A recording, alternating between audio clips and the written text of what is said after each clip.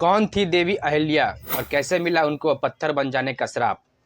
जय श्री राम दोस्तों, स्वागत है आप सभी का मेरे इस एक और नए वीडियो में।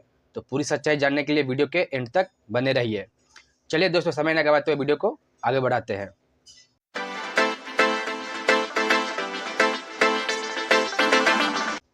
देवी अहिल्या की कथा भारतीय पौराणिक साहित्य में एक अत्यंत मार्मिक और महत्वपूर्ण कहानी है जो त्रेता युग की घटनाओं से जुड़ी हुई है।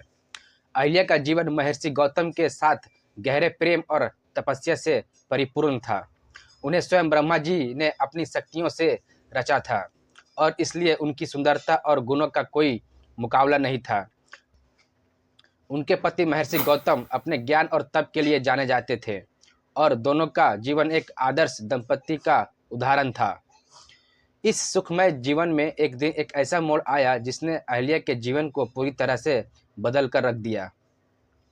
इंद्र जो देवताओं के राजा थे, अहिल्या की अद्वितीय सुंदरता से मोहित हो गए।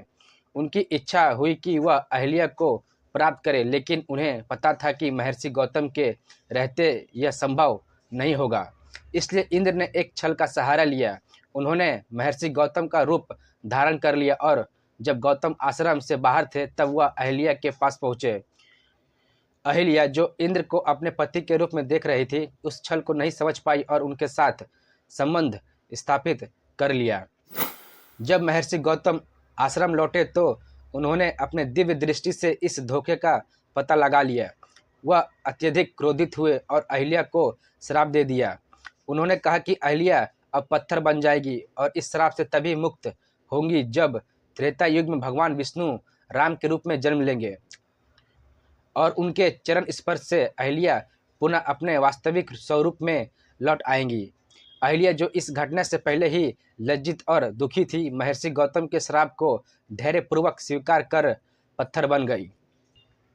अहिल्या के पत्थर बन जाने के बाद उन्होंने अपनी तपस्या में कोई कमी नहीं आने दी। वह वर्षों तक इसी रूप में रही और अपने उद्धार की प्रतीक्षा करती रही। अंततः जब भगवान राम अपने वनवास के दौरान महर्षि विश्वामित्र के साथ उस आश्रम में आए तो उनके चरण स्पर्श से अहिल्या का पत्थर स्वरूप समाप्त हो गया। वह तुरंत अपने वास्तविक स्वरूप में आ गई। भगवान राम की कृपा से अहिल्या श्राप मुक्त हो गई और महर्षि गौतम ने भी उन्हें क्षमा कर दिया। इस प्रकार उनका जीवन फिर से सामान्य हो गया। इस कहानी का संदेश यह है कि सत्य, धैर्य और भगवान के प्रति अडिग भक्ति से किसी भी प्रकार की कठिनाई का सामना किया जा सकता है।